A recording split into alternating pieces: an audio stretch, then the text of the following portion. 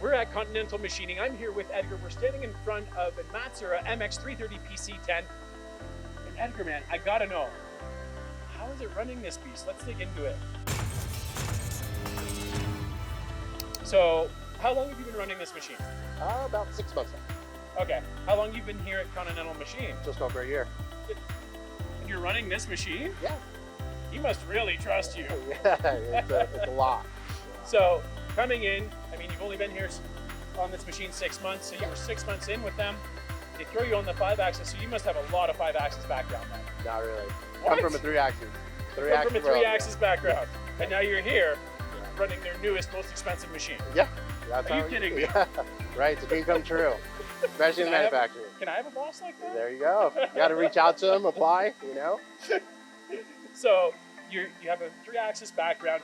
Now you're rocking it here. You're the top producer on their machine for the Matsuura. What is it like getting used to the control then? The control, well, of course, now they're a little more modern. Yeah. This does run on Fanuc control. Okay. With their own interface, but it's pretty intuitive. Gives you notes, whatever button you click, what it does. So it's pretty straightforward. It's the programming side that you need a little bit more in tune with, more tool paths, more strategy, since you have more axes coming from the 3-axis, right? Yeah. But it's pretty straightforward so long as you have the basic principles. And if not, Matsuura, reach out to Matsuura Productivity. Yeah. Like step by step, if you have any hang-ups or anything you need, reach out. So how is it getting a hold of them then? Easy. Really? Call them, email them. They respond fairly quickly. Of course, we got the local rep. If not, they put you in touch with either the engineer or, since this one does run off of PQI, is the touch-off, either or. They'll put you in contact with whichever specific. Okay.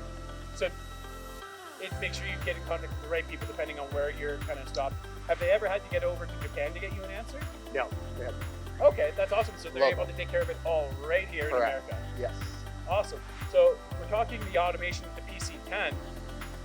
Not only did you get thrown into 5-axis world, you got thrown into pallet pool world too. Yeah. How is it integrating the pallet pool with the workflow? It's awesome. Like, you would think it's purely for production. Yeah. But it's nice because you can do a pallet pool. So we do a lot of 1-offs, 2-offs, small batch runs. Like this small batch run.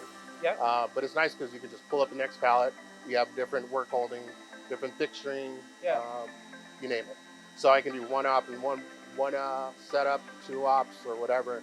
So let's just say we have a hot job. Yeah. We got to put it all to the side. It's easy to swap out the pallet, put it back in, and you're setting up a whole new job. Yeah, I really wish I would have had a pallet pool when I was still on the shop floor, because those hot jobs always meant the setup I spent 4 hours on had to get wiped off the table and put away. So you don't have to worry about that anymore. Yeah, especially with all the tool changes, 90 tools. That is a nice amount of tools. Yeah, so we can just keep going. Very cool. Thank you so much, Edgar. Thank you.